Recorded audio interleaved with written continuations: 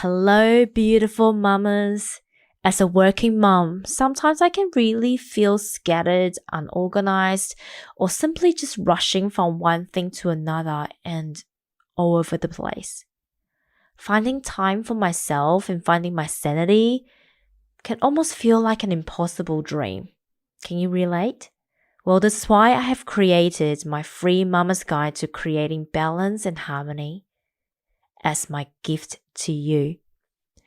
This guide contains my top 10 tips to creating balance and harmony in your life, as well as 3 beautiful trackers to help you get onto your journey in a fun and simple way. I have found by incorporating daily self-care routines and practices in my life for as little as 5 minutes a day, I am feeling more grounded, centered, and calm. By me tapping into my best version through these practices, I am also a better mom, a better partner, and a better colleague. Well, really, just a better human being in all the ways.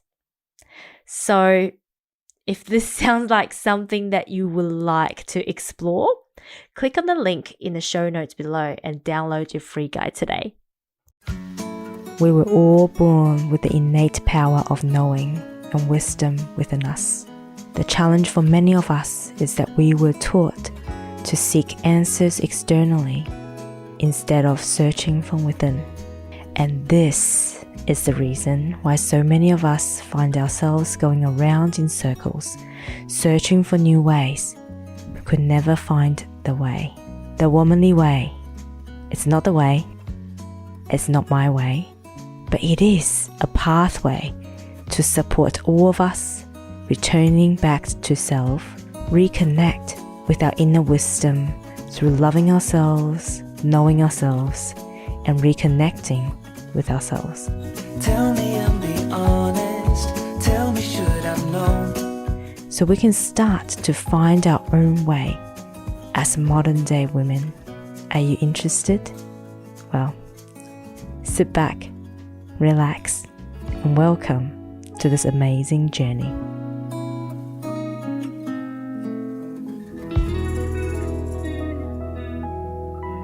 Hello. Welcome to this episode of the Womanly Way podcast. I am your host, Lala Angela Wang. Well, today I'm in my new recording studio. Not. So normally I generally record in my office at home. Today I'm sitting in my car, which is parked in our parking space at home. And the reason I'm doing it is a couple of things. Bloody daylight saving, I must say. It's putting everything out of whack, but the reason that it's this time around it's so much more severe is also because George, his daycare had a gastro outbreak, and unfortunately he was one of the victims. So he's had gastro since Tuesday, and at the time of recording this podcast it's Monday and he's all recovered. But because he's had gastro and he's been at home, he's been skipping naps. Like, toddlers are just amazing. Seriously. Even though he's got gastro, he's still like full of beans and he doesn't want to have his nap generally at home. And I don't want to take him out in a car because just in case we get an explosion, the cleanup and the aftermath is going to be horrendous. And I'm already like doing loads and loads of washing at home just because of all the explosions that we've been getting. So his sleep is also a little bit out of whack, which means just generally the week leading to daylight saving, we will start adjusting his routine time. So then by the time daylight saving hits, he's already in a new time zone, basically. Well, this time around, there's no time for that. You know, it's just too much. So it's 7 o'clock. Scott's still asleep and George is still asleep because it should have been 6:10. But I was like, oh, I don't know.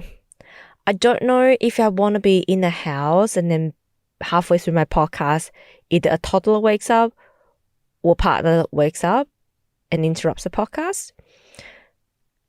But I guess the good thing is also everyone else in our block of 4 are actually also adjusting to daylight saving, and today's a public holiday. So I thought sitting in my car and do my recording would be the safest and quietest spot. Obviously, none of this has got anything to do with the topic that I want to talk about today. But I was literally laying in bed. For some reason, I'm adjusted to daylight saving, maybe because I had, a good night's sleep. Was in bed super early last night. I don't know. But what I really want to talk about today is this concept of being a martyr and rescuer. There's something that I have been learning and also been adjusting for probably the last 4 years, because it was serving me when I was younger, but now it no longer serves. Why it no longer serves? Because it's taking up way too much time, energy, and bandwidth.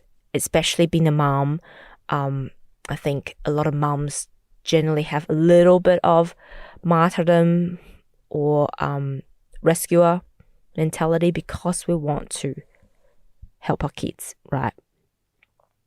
But I am of the belief that as moms, sometimes we need to be a little bit brutal. Brutal in the sense that, let's say if George falls down, I'm not going to go and pick him up. I'm going to go stand up.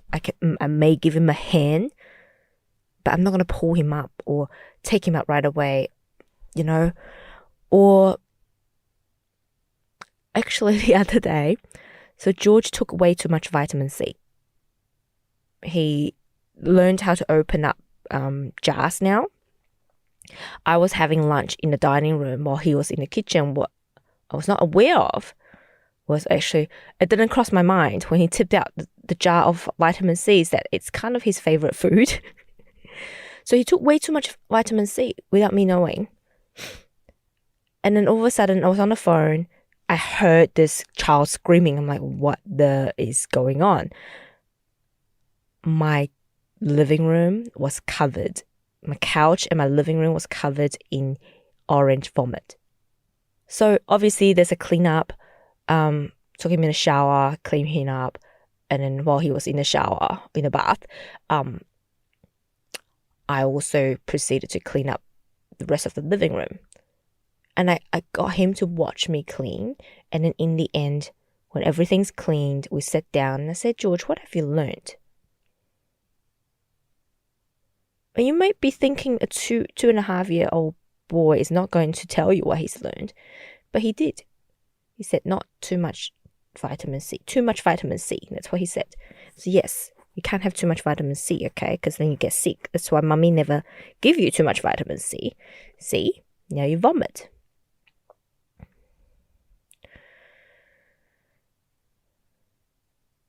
I'm not going to say, it's okay. But I will say to him, I'm here. Everything's going to be okay. I'm here.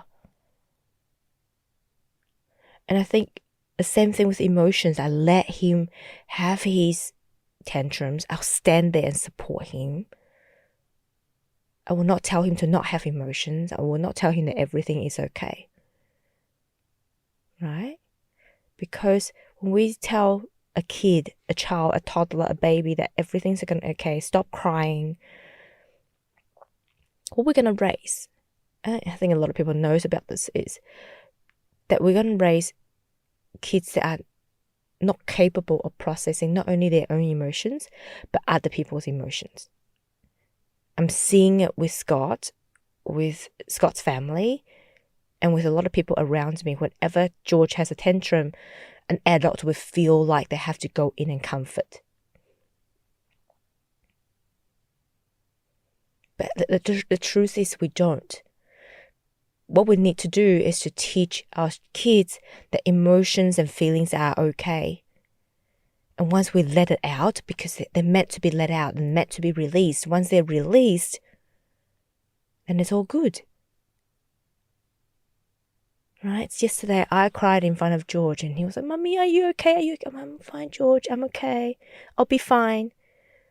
I just feel really bad as a mum today because I'm so tired. And I can't take you out because I'm exhausted. And I feel bad. I cry in front of George all the time because I want him to know that we all have emotions. Right? And I truly believe that as a society, we need to learn to deal with our emotions, because that is going to bring us more peace and joy. You know, I was listening to a podcast yesterday and they were talking about how in order to experience the positive emotions, in order to manifest, we need to create space. And in order to create space, we need to go to depth with our negative emotions. We need to be able to have the courage to go to the darkest place. Because what happened is when we have negative feelings and emotions, they actually, if we don't release them, they get trapped in our pathology, in our body. Our body is the last place that shows symptoms of any emotional trauma, any emotions that are not released. Because if we can release through our emotional field, if we can release through our outer auric field, it would not get to our body. Right? Once something gets stored in our body, it really becomes disease and then becomes disease. But in order to heal, we start with our body. Right? So the easiest way, if you look at a lot of functional medicine, or even if you look at healing modalities, they normally look at where have we got physical pain. Because generally where you've got a physical pain, that's where your emotions are being stored. Right? And so I truly, truly believe that in order for us to ascend, to elevate, to create and to manifest, we need to deal with our body, our bodily ailment, deal with the emotions, and look at what's trapped. Now, the challenge is there's a lot of us that are not used to dealing with these. We're not used to asking ourselves the hard questions. And quite often, when we are dealing with this, we use our head. Not our hearts, not our feelings, not our emotions. We use our head, we use logic. I'll give you a classic example. I'm not going to mention any names. I'm just going to say it's a friend of mine who came to me the other day. And she's like, why do I keep having all these people coming to me, asking me, like, clearly has some problems, especially financial problems. They either want to borrow money from me, ask me for advice, but then they don't listen. Or relationship advice, and yet they don't listen. But they keep coming to me and whinge and complain and ask me for help. And it's taxing on his emotions. Sorry, it's taxing on her emotions, right?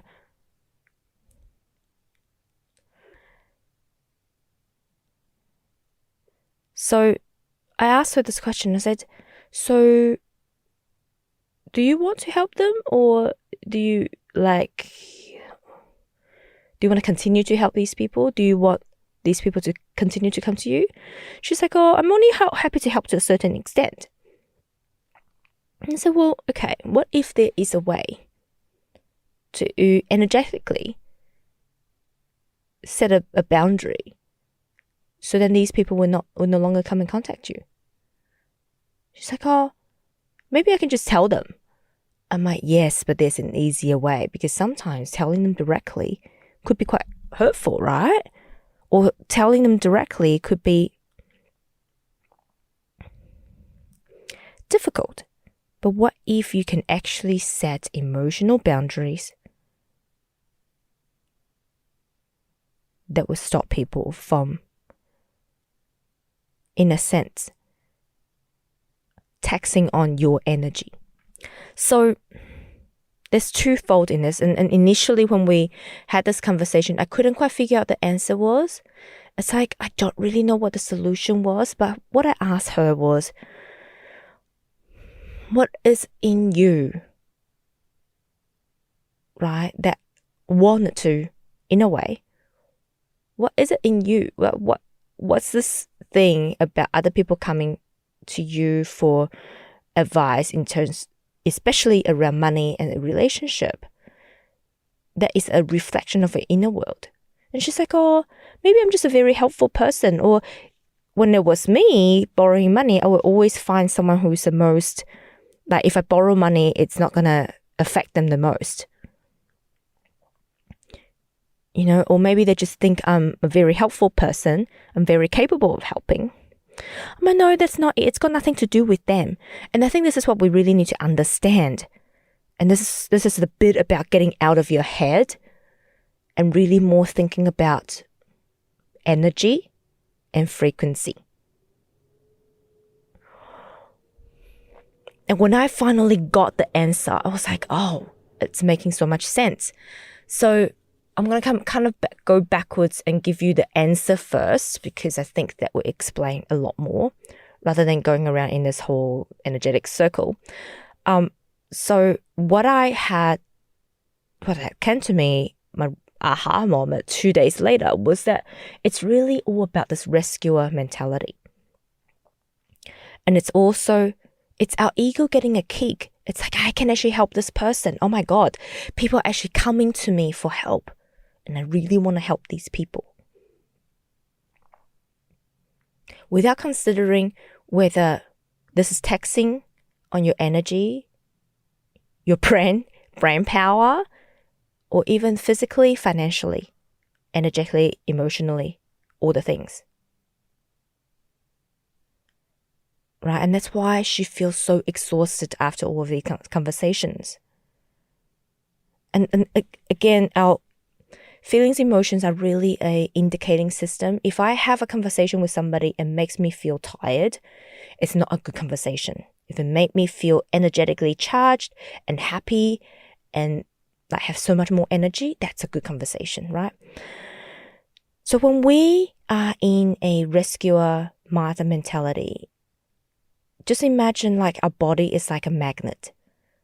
Whatever we feel like, whatever we want to do, that to give us, whatever our subconscious mind, whatever our ego thinks is going to give us a boost of energy,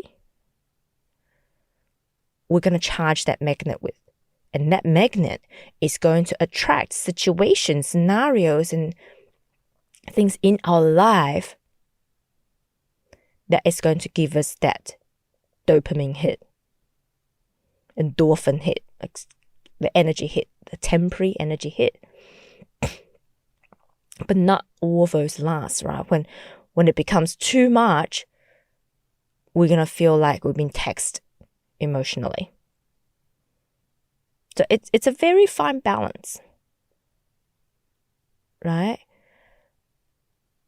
And I say this with most love. A lot of times what you'll find is that people who wanted to get validated, people who want to seek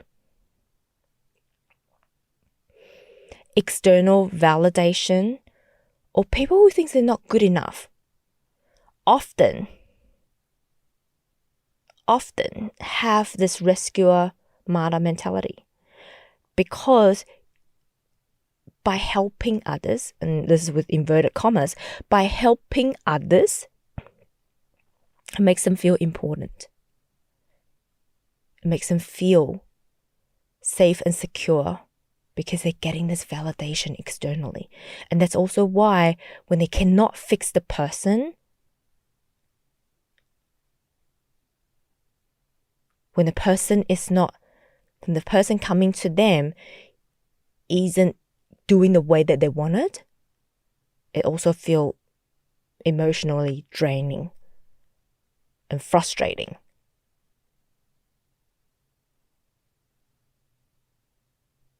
Right? Because it didn't turn out the way that I wanted. And perhaps because it didn't turn out the way that you wanted, I wasn't doing a good enough job. Now, a lot of this may not even show up in your brain, in your thinking pattern, but it's how our unconscious mind process things. And I'm saying this from experience. Of course, you might say, hey, that's not me. That's fine, right? But this is essentially how I had to come to the realization and how I had to heal my own wound. And I am seeing it in the people around me because I truly believe that each and every one of us, whenever we overcome a challenge, overcome a certain archetypal ego journey, we're meant to share those stories and help others. And God, Source, Universe will present those cases to us in slightly different forms and ways for us to help alchemize it, whether it's in the open or whether it's in the unseen.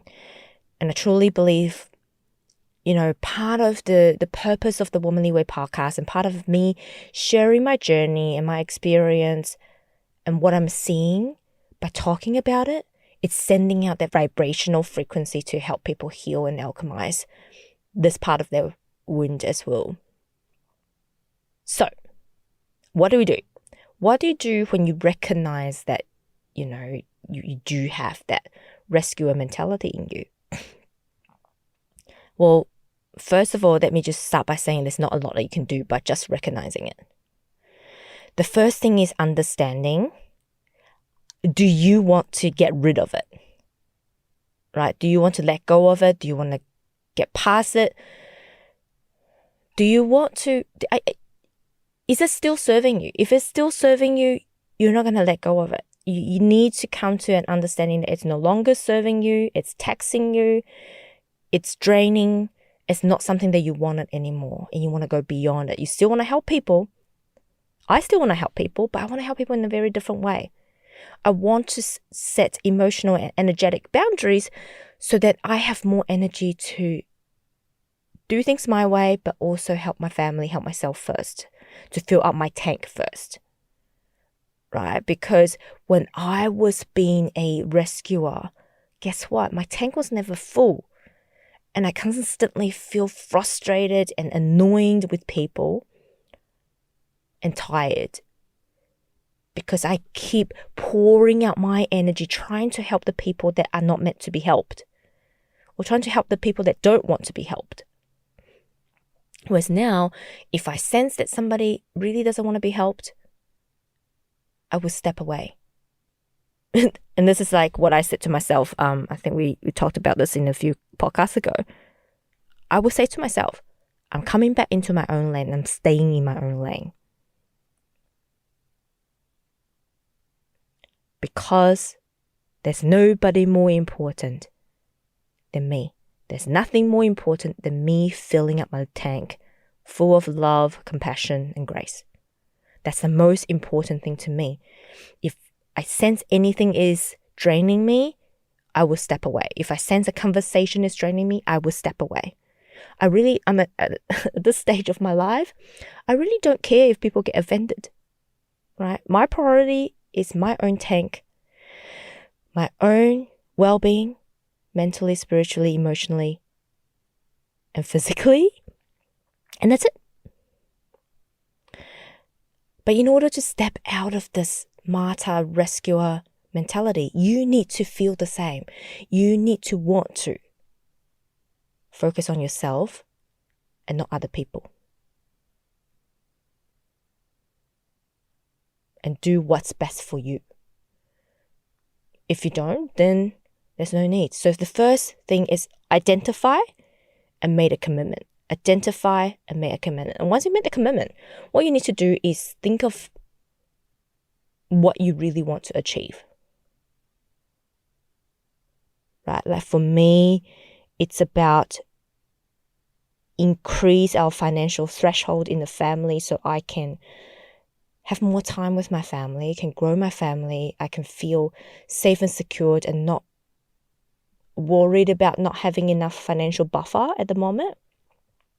And I want to create this business that not only grows my financial capability, but help other people to grow their financial capability for their business, for their family, through health and well-being, through the love for ourselves, then extend it to our family and in our community, and grow wealth that way.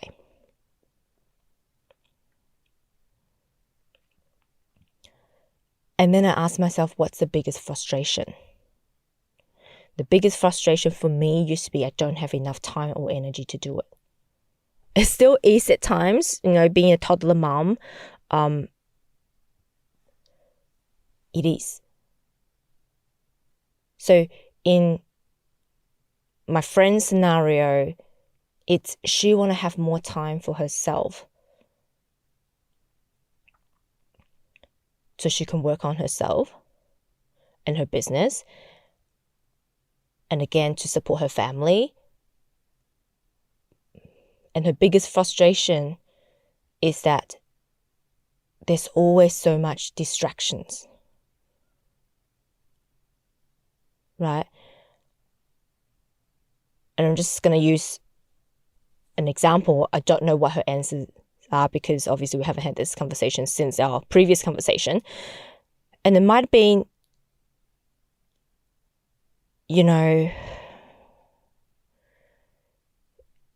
she feel like the outside world is draining her. So the biggest frustration might be, well, maybe so-and-so keep calling me. It's frustrating. And enough is enough. And then she might have realized that she needs to set more boundaries. And so what you ask in this process is, what is the biggest pain? What is the pain? And you keep asking yourself, so how is this a reflection of me? My inner world, how I feel about myself? And how are these people, in a way, serving me? Now, why are they serving? And the answer would be, they're serving my ego because I feel validated. Okay, whatever happens outside world, whether it's good or bad, it's always serving us in a way. Our brain has got a really interesting way of processing things to get a kick out of anything. So how am I getting a kick from this situation? And that could be one of the toughest things, because you're going to come out and go, like if someone else was to tell me this, I'll be like, it's crazy. But yes, our brain has got a crazy way of getting a kick. Right? You would think, how is like having these conversations and helping people and giving my money away serving me?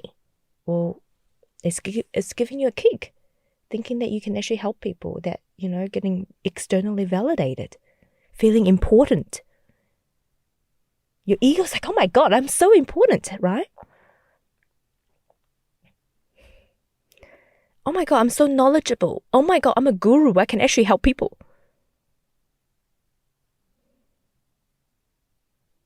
Oh my God, I'm so clever. All these things that our parents didn't want to tell us.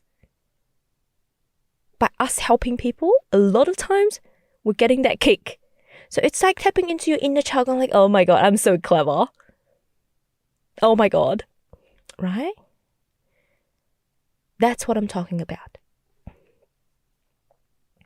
And then once you go through that process, you need to ask, well, how do I heal this part of me?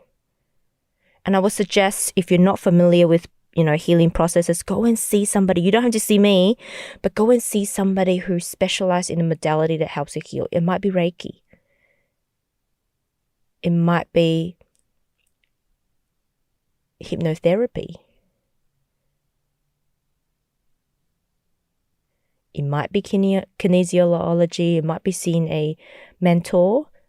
I've got my own mentor too that helps me see things differently. Might be a coach. Might be a healer. Whatever you feel called to, ask for help. Ask for someone to help you remove the wound. And what I love about shadow work, about wound work, is that when you do it, what you realize is you're actually also sending out a ripple effect. Whenever I do healing, I send out a ripple to people around me, like a golden thread. If you wish to grab it, that will affect them too. But you're also healing generations before you and after you in your lineage. And that's why I truly believe when healing is done at the family level, like I am the biggest advocate in healing with your family. Meaning attending healing sessions with your family, with your kids, with your child, and your other half. Healing as a family, if you just think about how powerful it is, you're healing two lineages. Your partner's lineage, your family, your husband, your partner, your other half, your own lineage, and then it's anchored in your next generation. And just imagine how much less trauma, pain, and lessons that your children will have to go through. Like, I often think about what I had to go through in my 20s and my 30s, only if George doesn't have to go through it. Like, he might have additional things that you have to learn, but imagining learning about healing at such a young age and having a mum that's actively in healing things, I'm just like, oh my God. And this is gonna make me, I'm getting teary as it is. Like, there's no greater gift, in my opinion, that I can give to George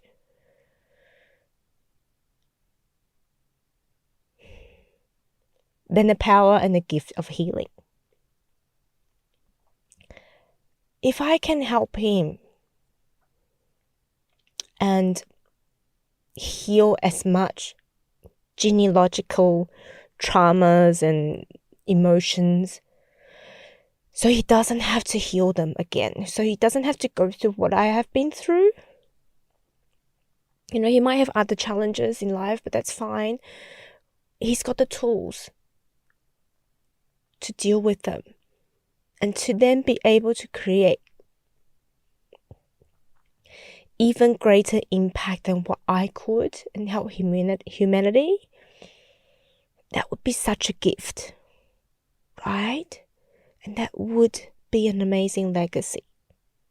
But it starts with me. So ever since becoming a mom, healing is no longer just about me healing me. It's also about creating a better future for the generations to come. Oh, this definitely touched a spot in my heart.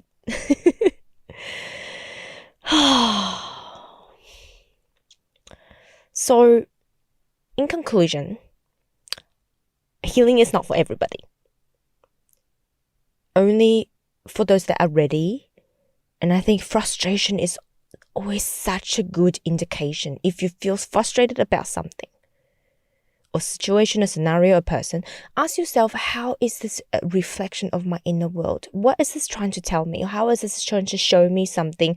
And what do I need to heal within me in order to get out of this situation, in order to no longer feel a negative emotional resonance towards this situation? It's not always about blocking the people, right? Like, I don't have to tell somebody to get out of my life in order to have them get out of my life. Through my own healing, once, and often I find once that part of me is healed, once that lesson this person trying to deliver has served its purpose and I've healed, these people will fall out of my life automatically. And that's what I talk about, an energetic boundary. once I heal that part of me, and these people have served their purpose in my life in terms of delivering their lesson, they will no longer come near me. Or even when they do, there's no charge anymore. I no longer feel negative. I no longer feel resentment. I no longer feel whatever negative feelings that I was feeling. I can then feel love and compassion for this person. And that's the biggest indication, right? And like, I don't believe everything needs to be healed.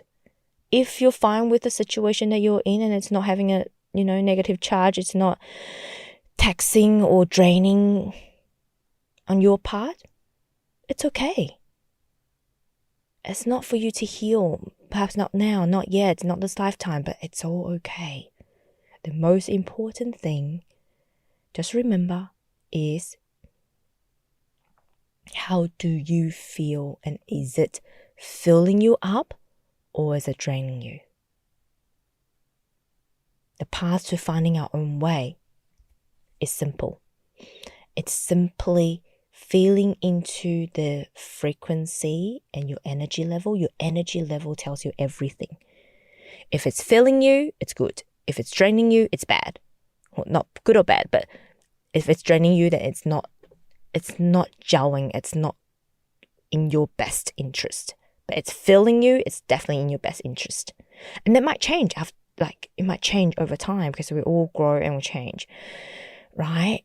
So the most fundamental and the basics is really to start going within, tapping into our internal guiding system and create a more connection with ourselves. Because the answer is easy. Is it filling me or is it draining me? And practice makes it perfect, right? And if you just simply ask yourself this question as often as you can in your daily situations, you learn to be more connected with self. And you also start to see what you need to work on, if that's what you decide to do. On that note, have a lovely, lovely, lovely week, and I will talk to you next week. Love you all. Bye.